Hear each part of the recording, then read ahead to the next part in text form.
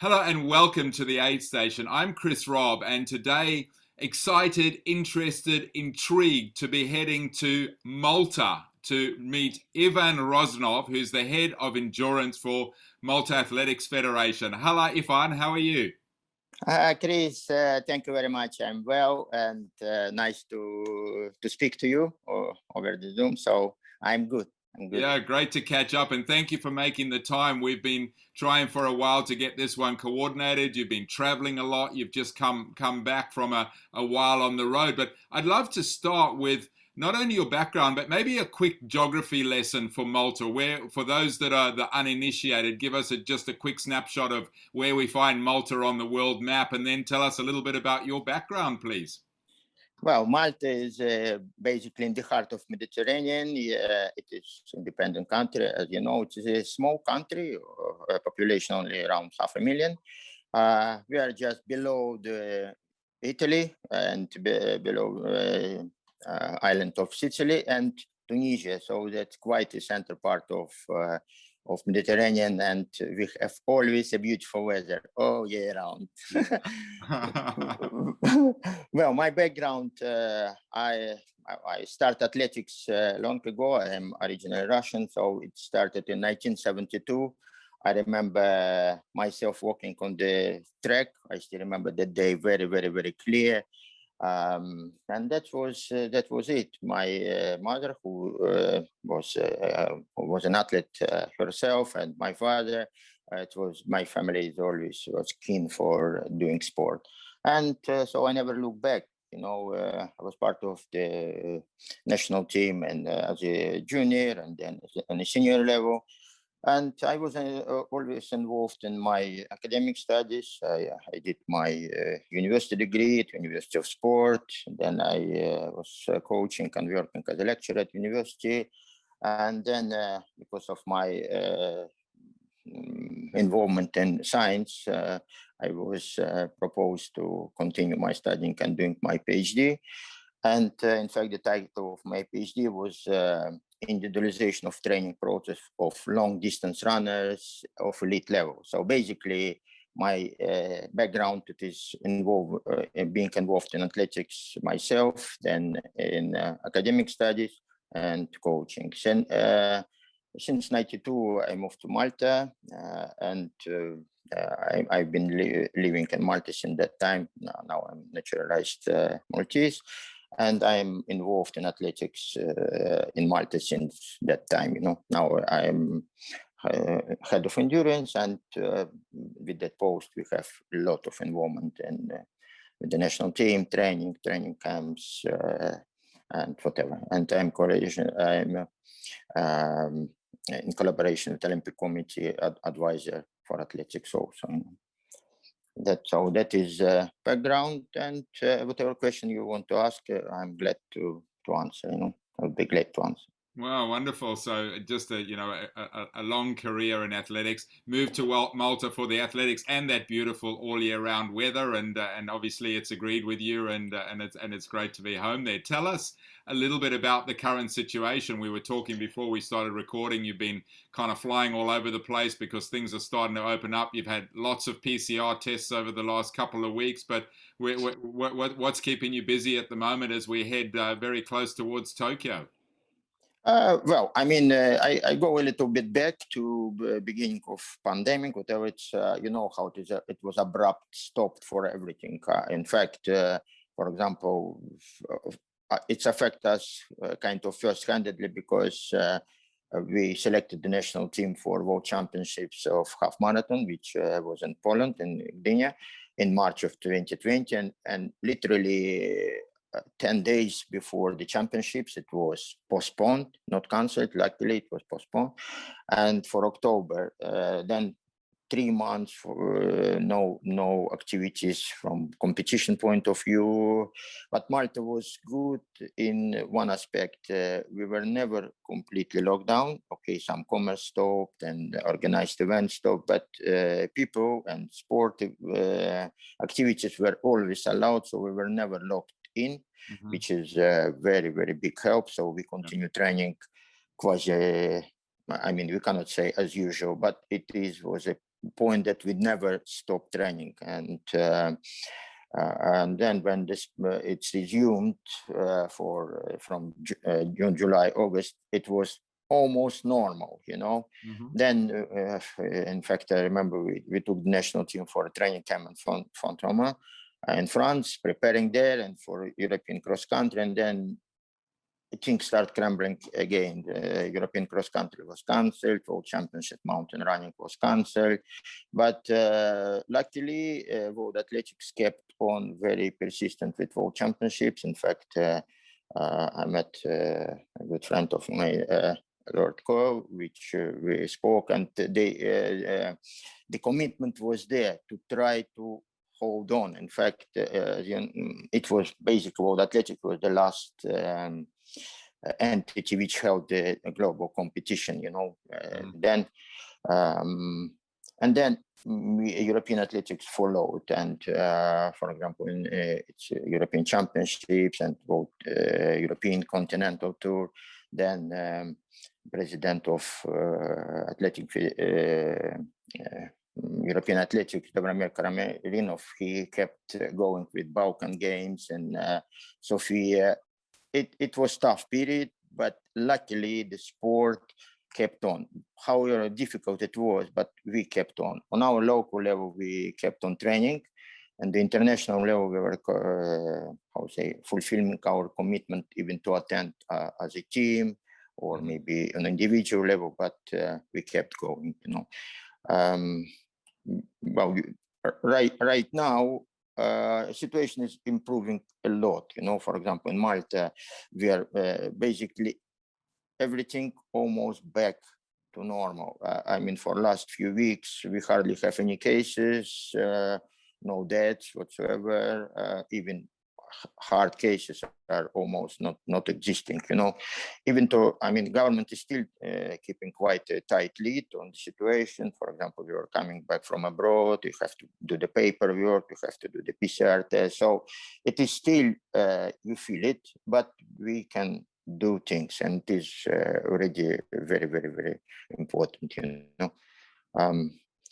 Regarding we resume our track season. We started in beginning of June. We start doing our local competition, and then next week we are actually conducting our Malta National Championships in athletics. It's going to be held over 4 days next week.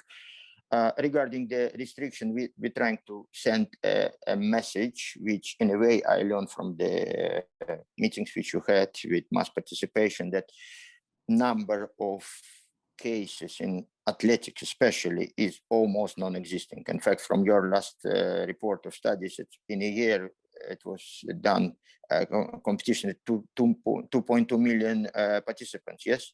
That's right, 2.3 nearly, with only 2 cases. So yeah, it's and 2 cases. So there is not even one country in the world which have such a percentage. It is non-existing percentage, because whenever you say figures like that it's non-existing.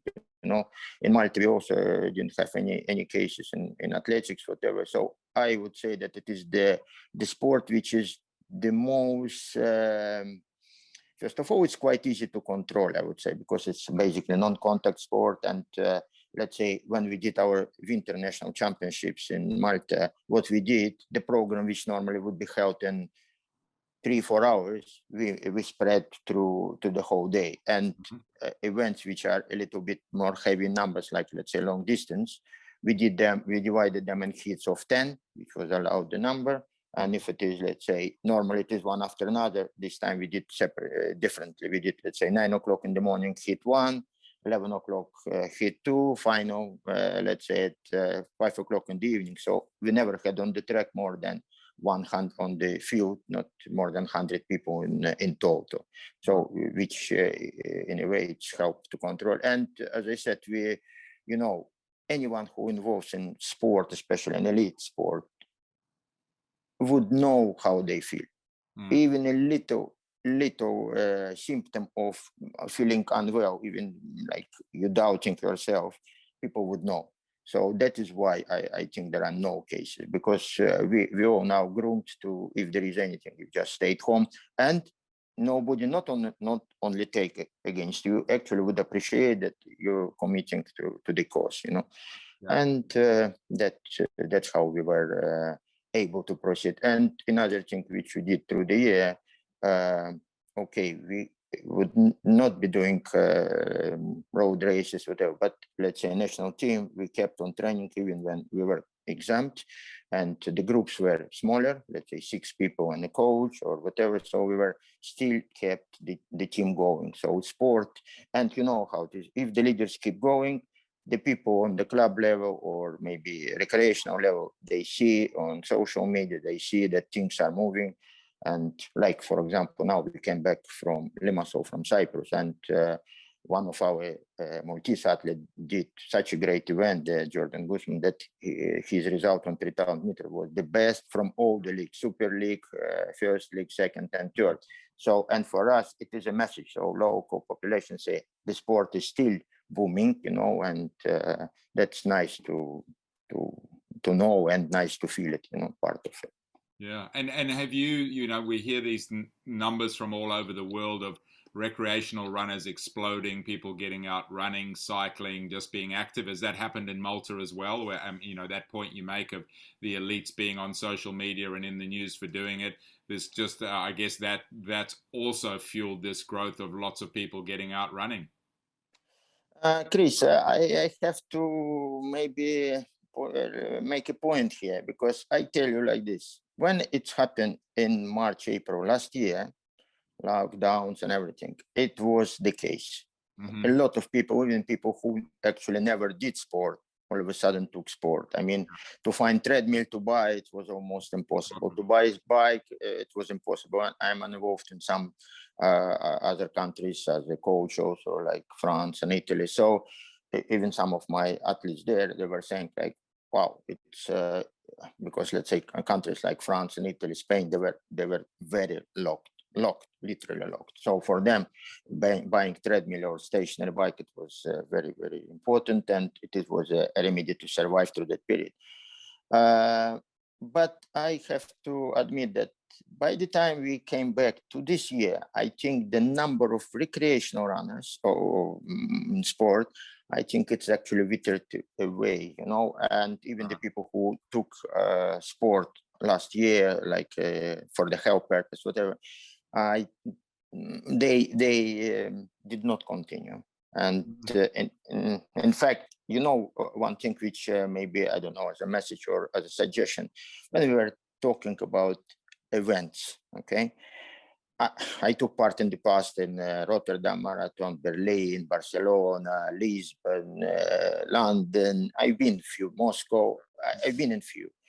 And when you see the event like this cancelled, I feel that okay, I'm not an organizer of a big event. We have our local race like national championships, road race, whatever. But when Berlin is cancelled, it is a big impact, even for apart from elite runners, it's recreational runners also.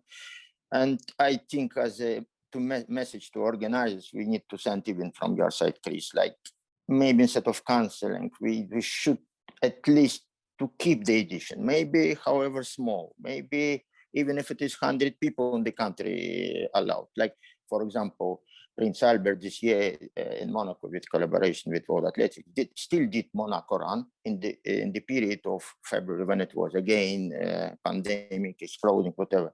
And normally, which is event which is big, they had 20 people in total, men and women, you know, and Lord Coe was there, and Prince Albert, so they support the event. And so that is already a big thing, because the edition was not cancelled, you know. So I think as an organizers of big events, maybe something like this would be very, very important to do. And another thing, elite athletes, actually, especially this Olympic year, all of a sudden have quite a few opportunities. Difficult to get, difficult to attend, tests, whatever, restrictions, quarantines. There are people, like when we went to Cyprus, we did our PCR test, but no matter vaccinated, PCR test, after we did test again, we have to be isolated in our room. So we have to spend another day till the test arrives. So quasi quarantine. But we still take part. But imagine for recreational runners, we did not have anything globally for almost a year. So nothing to aim for, nothing to be the training towards something.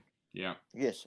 And imagine, for example, if it is London Marathon, Berlin Marathon, Paris Marathon, if it is authorities allowed 150 people, if you do 50 elite and another 100 is a ballot for anybody, it would keep event alive. But like this, I mean, I have some good level athletes who cannot even get to the meetings because it is the level of super elite becomes so high for Olympics, whatever, that even if you are 1330 runner, 5K, you know, which is a good level, almost impossible to get.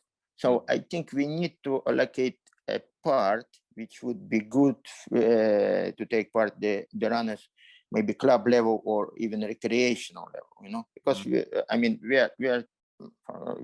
we understand that mass participation, if it is a big organization, financially or commercially, it would be void. It probably would even take money from ourselves and people who are organizing. But at least I think in this period to survive and to make the continuity of those events, it's important, you know. Yeah, no, I mean, that is my vision, you know.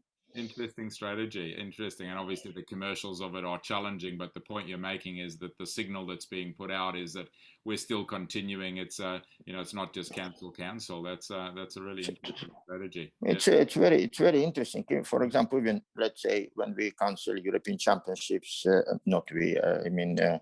Irish authorities or maybe European athletics and agreed when it was cancelled, maybe for those kind of periods, maybe it would be even 1-2 participants from the country or something. But the most important, I would say, for those events which we call it mass participation, because let's face it, even 100 people, it is already a race. It's already an event. Okay, and if person who got his ballot, he paid his money, and then he actually won the ballot, and he's going and taking part with Cheptegei or Kipchoge or Sifan Hassan Day, and he is small or she is small and taking part in that event. It is big, and then because of that, all those recreational runners know that they have a chance. An opportunity. Okay, it's good, an opportunity, you know.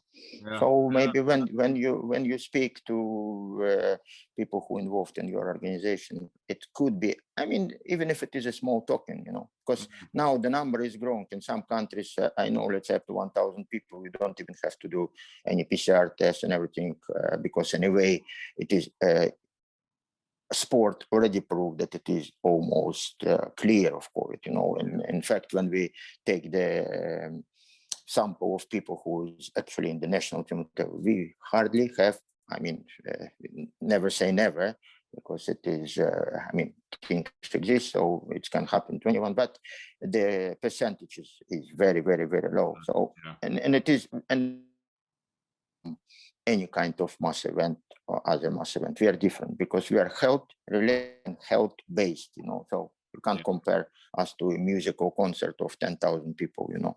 No, so that is different, you know. Yeah, no, some great insights. Ifan, as always, the time flies. I love to end the aid station with something inspirational. I mean, you must have seen so many inspiring runs. I'm sure you've inspired many people yourself, both as an athlete and a coach. Is there a story that you'd like to end on that can inspire some of the people that are listening and watching? Well, I think I'm not going to say one particular story, but I would mention like a continuity. Imagine this year, which was the most restricted year in athletics in history. We have number of world records is amazing. Last year, Cheptegei, it is 5,000, 10,000. Mofara, 1 hour, Abdi Bashir 20K, it's all world records, you know. We have Gide 5,000, we have Sifan Hassan, we have Tsegai. I mean, the number of the world records is amazing. I mean, Ingebrigtsen brothers, I mean, doing their job. Jakob now at age of 20, European record holder in 1,500, 3,000, 2,000, 5K. So the sport is still moving on. And when I was talking now in Cyprus with technical delegate from European Athletics, Demarcus Panayiotis, he said, like, we are doing it events now. We took so many PCR tests and everything, and the sport is clear. So for us, it is very, very, very important. And when we see the event, which was so emotional, and all the team came back shattered, tired, whatever, but spirit, like some of my athletes say, wow, I'm shattered right now, but I'm motivated more than ever. I'm going to go, and I keep on going, you know. So for me, that is the whole momentum of the story. No matter how difficult the year is, I don't want to take this from my life and from the life of my friends, because we learn a lot and we keep on learning about everything. And in a way, it's good, it could alienate us a little because there was isolation out there, but it's more united us too, you know. So we became more united. Yes. In a difficult way, maybe, but that is the case, you know. Yeah, no, I love it. Adversity brings people together, brings out the best, and unites us. So it's a great point to end on. Thank you so much, Ivan. It's been great speaking to you. Really appreciate you making the time. I know it's your day off there, and you've come in to have a chat. So I'm sure there's going to be some great insights for people that are watching, and hopefully not too long before we've got those many thousands of people back at races, and we don't have to worry too much about balloting. But I love that idea. Thanks so much. Great to meet you. Yeah, great to meet you, Chris, and keep it up. It was a great talk. And actually, one inspiring story, one friend of mine said, you know what, Ivan, I think by December, I don't want to be optimistic, that's what he said, we would probably have a flu which called COVID and flu, and that would be it. We just pop one pill and then we're good to go, you know. So for me, it was interesting insight, you know, because in a way, luckily life goes on, and we keep on going, and we keep our spirit high. Yeah, absolutely. Wonderful. Thank you so much.